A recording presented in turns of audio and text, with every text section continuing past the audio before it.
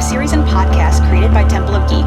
At the core of the project is the importance of telling the stories of women who have found inspiration, growth, and power through fandom. My name is Jenna Wren, and I'm the host of Portrait of a Fangirl podcast. I'm here today, joined by the multi-talented Mel. How are you today, Mel? Good.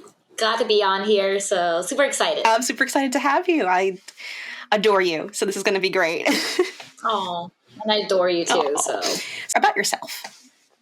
Yeah, sure. So my name is Mel, and I go by the Melly Melon on all my socials and everything. Specifically, mainly on Instagram is where you'll find me most active. I am a hobbyist cosplayer and seamstress. I've been doing this for about 7-8 years now. Back in college is when I started, but yeah, cosplaying, nerd culture, and all that's just kind of been my life. And I'm surprised that it has been still a part of my life even into adulthood. And so I'm really excited to share that with everybody. I love that. So when you hear the term fangirl, what is the first thing you think of? So really funny is I've actually recently got into idol animes, like Idolish 7. So that term fangirl just like makes me feel like, oh, that's me, because I'm like cheering on for like my favorite boys on stage, or I'm just like always cheering on for like my favorite characters, like when I play a game or I watch an anime. And so I guess that's how I would describe it. Like, I don't know, just really appreciating the character and collecting a lot of merch, like a lot. A lot of merch. So you would describe yourself then as a self-proclaimed fangirl. Absolutely, I would. What are some things you personally fangirl about? Some things I personally fangirl about. Okay, it's gonna sound so stereotypical, but like I feel like I am like the biggest simp. I feel like for certain characters, like based off their designs or their personality, and like I guess for me, I have like a stereotype, is what my friends would always say. They're like, oh, watch this series and I can predict which boy you're going to fall in love with. And it's so true. It's always like the prince-like kind of characters, or like what we call the short boy characters. Short kings. And I'm like, stop.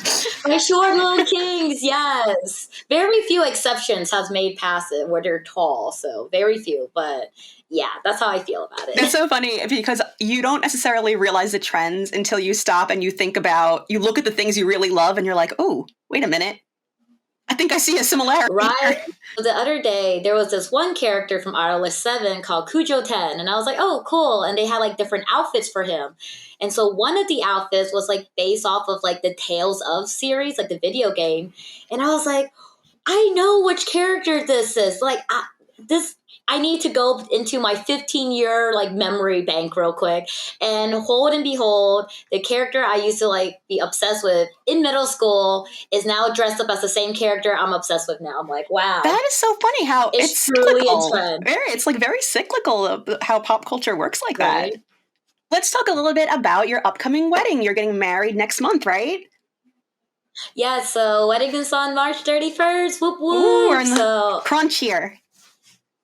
Yes, we are in the crunch mode. So I decided, being that cosplayer, that seamstress, to make my own dress from scratch. And you would think like 6 months, a year is plenty of time. Yeah, you don't start on it until like the last 3 months. And now you're just like, oh, yeah, I got 3 months. Yeah, I got 2 months. Yeah, I got 2 weeks. Yeah, it's happening. Oh my goodness. First of all, I just commend you completely for making the dress alone. That is just an amazing task to undertake. Was the design of your dress, is it inspired by your inner fangirl? Oh, absolutely. So, like, without a doubt, like, don't get me wrong, like, I find, like, a lot of, like, bridal dresses online to be really pretty and everything, like, just dead gorgeous. But I was like, okay, but if I make my own, I can add my own element of, nerd to it. So the dress is actually influenced. I wouldn't necessarily say like a replica, but influence off of one of the characters from Twisted Wonderland. Now, did you develop the design on your own, or did you base it off of something else? How did you come up with this? So I kind of like two things. So one is like how I know how like dresses like of different length and style works for my body type. So that was a big thing I looked at, because mine is like a knee high dress, and I was very wanting to make sure knee-high was the length, because floor-touching dresses just makes me look so itty-bitty. So Oh, that was a big part of the determination. The second part is I took up like bits and pieces off of the design of one of the Twisted Wonderland character, Riddle Roseheart. So like the rose like motifs on there, along with like his, I call it his butt cape, because the way it just drapes like in the weirdest area. But you'll see, you'll see. I will send you a photo. But that was all based off of it, along with like a mini crown that I have on my head. That's going to be where the veil will be. That's heavily based off of that. wow, So that is amazing. I am completely floored by your talent, really. it's driven by the power of being a fangirl. I love that. And now your wedding itself is also very fangirl inspired, correct? Yeah, I would say it's like a mixture of like nerd culture between like my husband and I and everything. Because we have a lot of influences of just like different nerd things that we grew up with. Like, for example, like Magic the Gathering is like his big thing, but we both really enjoy Genshin Impact. So we have that at the wedding. We have Pokemon themed stuff, especially Pikachu. Ah, I can see a And Pikachu back there. yes, like the cake is going to be Pikachu themed. Like it's going to have Pikachu ears on it. I cannot wait to see So that. yes, so excited to share. But yeah, I would say like 90% of the wedding is all influenced by just our background and our love for like anime and like pop culture and just stuff like that. That's amazing. What sort of reaction have you gotten from people who are going to be attending the wedding? I usually categorize it into three categories: your relatives, your friends, and then your coworkers. So my family, look, I'm like the extrovert in a giant introverted family. So at this point, they're just like, this is typical male behavior. You know what? We're there for her. Doesn't it does not surprise them, if that makes They're sense. But they're they're happy used with it. to you and how you function, right? Exactly, you got it. And like in terms of like as my friends, so most of my friends that are invited are either cosplayers or just friends I met through like conventions that are local in Houston. But I also have like a good handful that are like out of state and even some that are out country that I like met through like just the nerd community. And so they're extremely excited, especially since I have on there that they are welcome to actually cosplay. Like they're able to like pick a character, wear the wig, do the makeup. It's still gonna be formal, so suit and dress attire, of Right. course, but they can bring accessories that will bring out their Right. characters. So I know they're super hyped for it.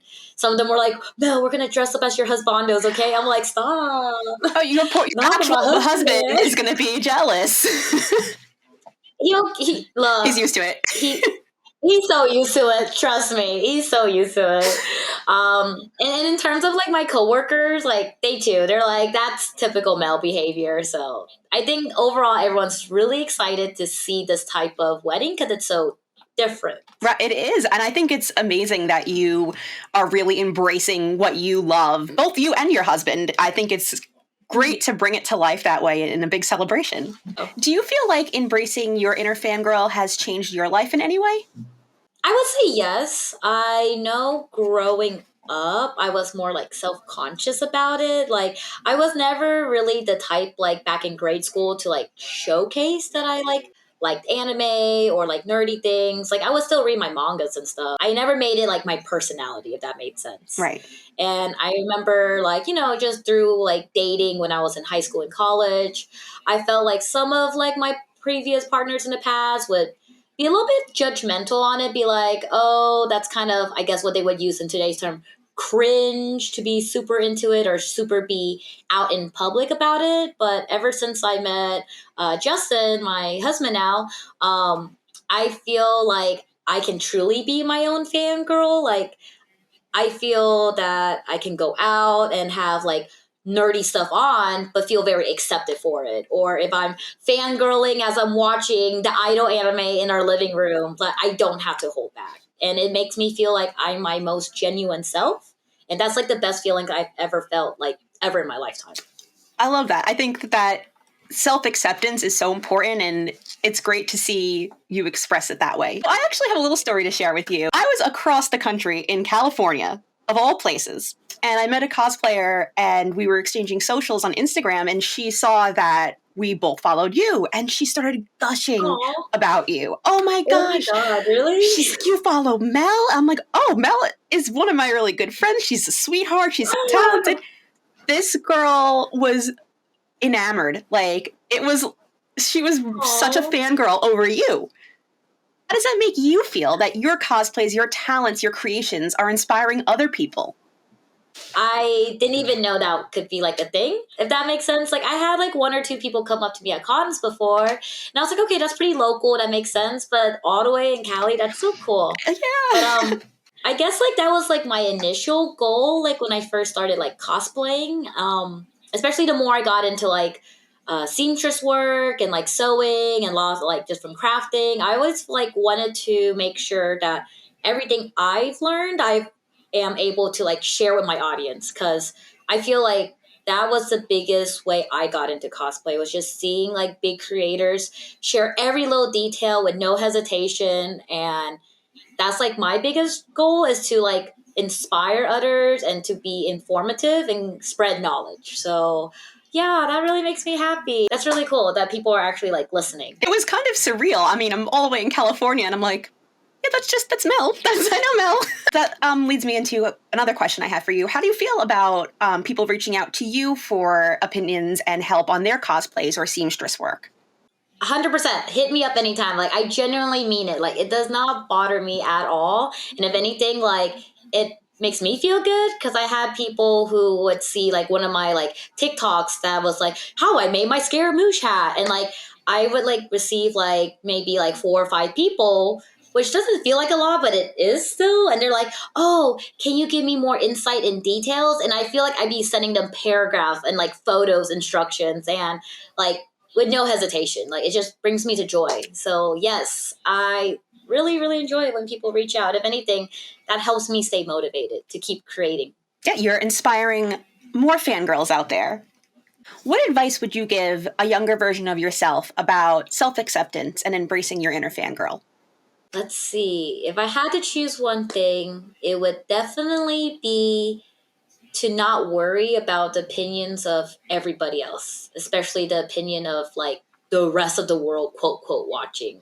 Because I felt like my younger self was just constantly trying to please everybody, trying to, I don't know, fit into all these different roles to make everyone happy. But at the end of the day, you're not going to make everybody happy.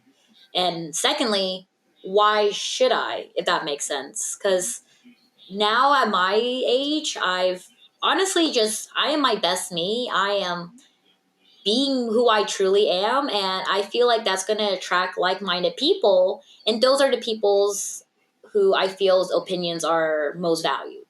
My biggest advice is to, hey, who cares what the world thinks as long as you're being a really nice and helpful person and just being good, then do it. Because at the end of the day, the opinions of others doesn't matter except for those who you keep close to your heart. I think that's amazing advice. I think it works for everybody out there.